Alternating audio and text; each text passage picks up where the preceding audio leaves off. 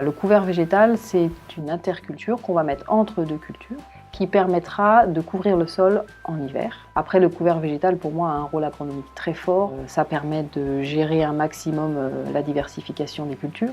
On structure ses sols, on protège ses sols, on améliore tout ce qui est vie biologique des sols. La première chose à faire pour un agriculteur qui veut évoluer sur ses pratiques, c'est de commencer à maîtriser les couverts végétaux. Il y a 3 familles principales de plantes. La première, c'est les céréales. Elles ont plusieurs avantages, celles-ci, et on les aime beaucoup dans le département pour diverses raisons. D'abord parce qu'elles ont un système racinaire qui est fasciculé, donc il va structurer très très bien les premiers centimètres du sol. On l'aime beaucoup parce que c'est une espèce qu'on va implanter tardivement, et comme on récolte plutôt tardivement les maïs, c'est une espèce qui supporte un semis tardif. On voit surtout avoine, triticale, orge. Parfois, il y en a un peu qui mettent du blé en couverts végétaux, on commence à avoir un peu de seigle. Après, la deuxième grande famille qui se développe beaucoup dans le département, c'est la partie légumineuse. Alors, légumineuses pour la production d'azote, qui permettent de capter l'azote de l'air et de rajouter de l'azote dans les systèmes, donc c'est de l'azote gratuit pour les agriculteurs. Alors l'objectif c'est toujours d'avoir des légumineuses systématiquement, et la grosse référence c'est la féverolle qui elle peut structurer le sol et capter de l'azote. Ça déjà c'est très intéressant et très facile à détruire. Et la troisième famille, on est sur les crucifères. Ça a un système racinaire pivotant qui est très intéressant puisque ça structure en profondeur les sols. Ça capte énormément de minéraux, azote mais pas que, et ça c'est un recyclage énorme. Et puis c'est des plantes qui ont un C sur N qui est un petit peu moins élevé et qui sont moins compliquées à dégrader, qui créent moins de fin d'azote. Pour moi, le premier, c'est de piéger l'azote qui va être minéralisé l'hiver, qui se perd puisqu'on n'a pas de couvert ou de culture qui piège ce pic-là. Quand on le détruit, on recycle l'azote qu'on a récupéré par ce biais-là. Alors après, il y a tout ce qui est structure des sols. Donc par les racines, on va avoir des couverts qui vont descendre l'hiver et qui vont structurer les sols. Et on voit bien que là, la terre, elle est tissée avec des racines. Si demain je viens et je roule là-dessus, ben, je roule sur un mat racinaire. Alors que là, si j'avais pas eu ces plantes-là, ben, on serait plutôt les pieds un peu dans la gadouille, quoi. On relance la vie biologique du sol, ça veut dire qu'on donne à manger à sa vie microbienne du sol, au vers de terre.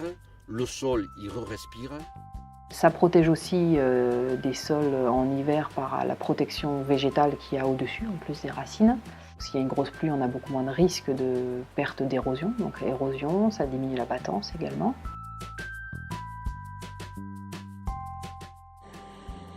C'est compliqué à dire parce que moi j'y vois que des avantages. Après, la seule chose c'est qu'il faut s'imposer une certaine rigueur. Et en fait, il faut, avant de ramasser la culture, il faut penser à l'interculture. Ah oui, alors rien n'est simple. Rien n'est simple, il n'y a pas de recette magique, il n'y a pas le meilleur couvert. Moi je le dis en formation aux agriculteurs, la première chose avant de réfléchir c'est qu'est-ce qu'il faut que je mette comme couvert, c'est d'abord j'ai quoi comme objectif.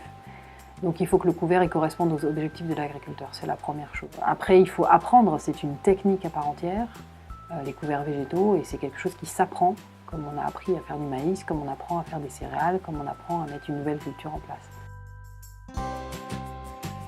Et la règle c'est si je veux que mon couvert pousse et pousse bien et serve à quelque chose, je dois le chouchouter autant que mes cultures, c'est-à-dire je dois l'implanter le mieux possible. Les couverts d'hiver sont assez faciles quand même à implanter parce qu'on est sur des sols quand même où il y a de l'humidité qui revient et tout ça. Et semer, c'est vrai que ça prend assez facilement.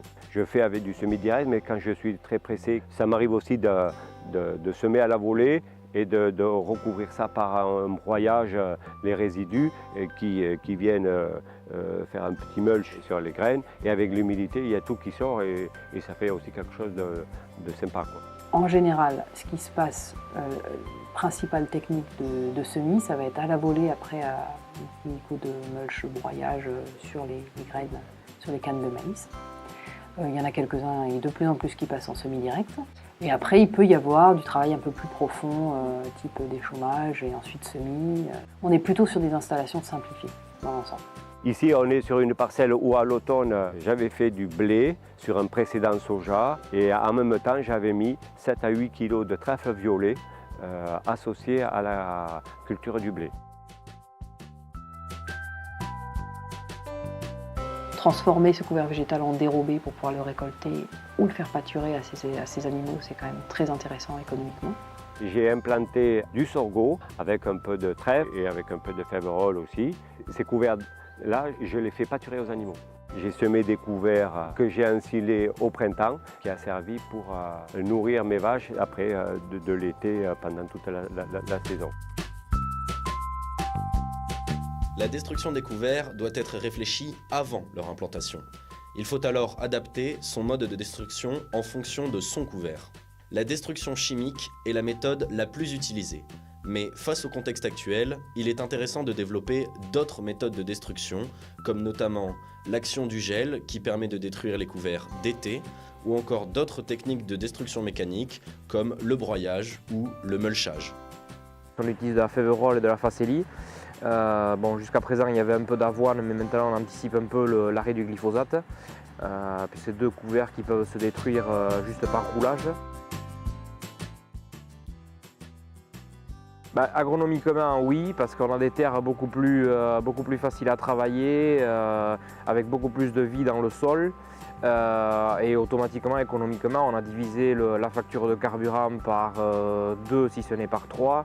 Le besoin en main d'œuvre aussi a fortement diminué, donc voilà, c'est vraiment très intéressant. Alors après, économiquement, il y a encore quelques faiblesses sur certaines parcelles où on se rate, mais on se rend compte que là, on est en train d'arriver à l'optimum et c'est très intéressant. Ouais. Donc un couvert végétal, souvent c'est la remarque qu'on a, hein, c'est que c'est un coût, et c'est vrai que c'est un coût à l'implantation, c'est un coût au niveau des semences, mais en fait il faut le voir comme un investissement à long terme. Un couvert végétal va apporter à long terme de la restitution, de la structure, de l'amélioration et pouvoir de réduire aussi le travail du sol, donc on apporte aussi cette partie-là, et de la diversification dans les systèmes pour gérer tout ce qui est maladie. On est aujourd'hui à un tournant, et que ce tournant, l'agriculteur ne peut pas le prendre seul, parce qu'il a besoin d'être rassuré dans ses pratiques. Et on se rassure bien sûr avec l'apport technique et le conseil, mais on se rassure aussi, et c'est le plus important, par le groupe et par l'expérience des autres. En participant au travers des groupes agro-réseau, ce que l'on doit considérer, c'est la force du groupe ou la force du réseau qui sécurise l'individu.